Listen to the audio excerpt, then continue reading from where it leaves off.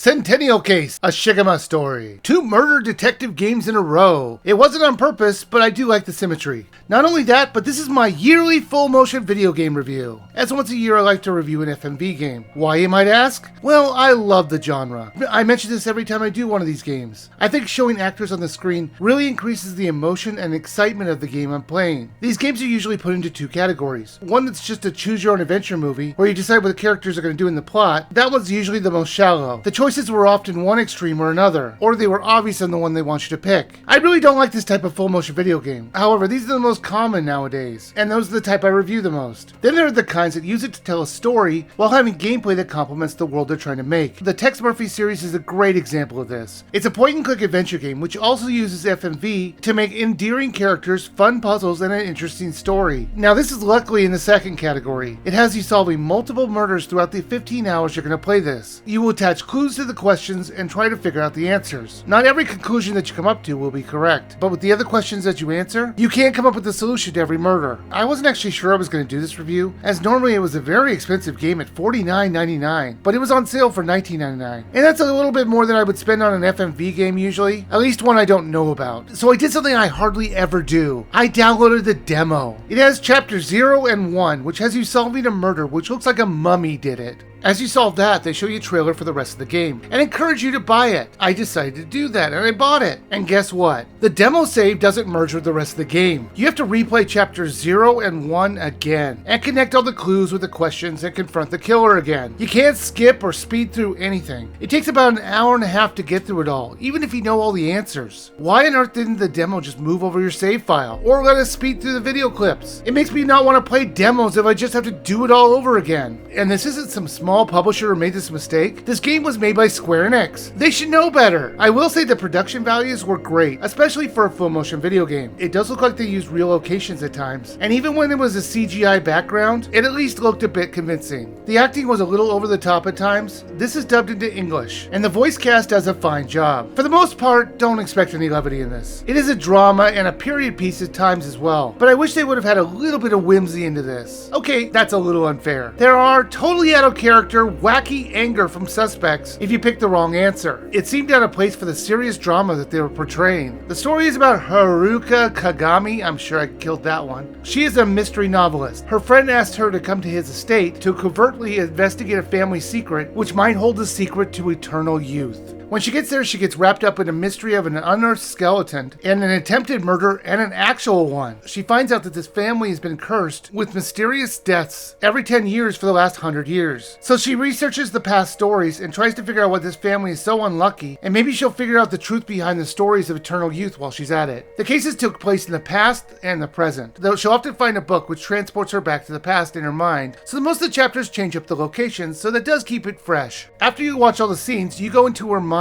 and try to connect all the clues with the questions that pop up. There are more clues than possible attachments to the questions, but there's also no penalty for trying to attach the wrong answer to a question. When it's right, the section lights up and you attach the clue. Now there are often multiple answers to the question. Now these are possible answers that could be, but they are often wrong. As you're answering the individual questions, you can discard the theories that are probably wrong and narrow everything down to find the right path to the truth. After you answer all the questions, correct or not, the game will move on. It's up to you if you want to go back to some of the questions to find different answers. She's then going to get all the suspects together to lay out the case and accuse the killer. It will play out in sections. You'll have to answer the questions that she brings up in the video. Only the clues that you connected in her mind will pop up as possible answers. So if you connected the wrong answer and you pick it, you will lose this part, and the game will give you an option to give you a hint, or just go back to your mind to figure out the answer. It was annoying when you answered the wrong question to a clue, but you did have the right answer, you would have to go all the way back to her mind, then find the exit and then go back to the summary. I wish they had the option to just go back to where you left off and just take some points off your case summary point total. At least when they do go out of her mind, they go back to the last video clip you were on. Now the murders all had tricks to them and you had to figure them out. They weren't that hard, but getting all the little details were the most challenging. Each of the cases will take about 30 to 40 minutes to watch, and then another 30 to 40 minutes to put together all the clues. So you're going to spend about an hour and a half on a case. Centennial Case, a Shijima story, could possibly be the best full motion game I played on the Nintendo Switch, but that's not a huge hurdle to get over. over, as the other ones I played were really just broken up movies with slight choices. This one having actual gameplay was refreshing. Answering the question boxes with clues and having wrong answers that you need to weed out was interesting. Now this is normally $49.99, and I wouldn't get it for that price, but when it's on a really good sale, it is worth it. The people in this game were very interesting, and the overall story about eternal youth and a family's curse was intriguing. So if you like detective games and you're okay with FMV games, you will enjoy this, but I would still wait for it to go on sale.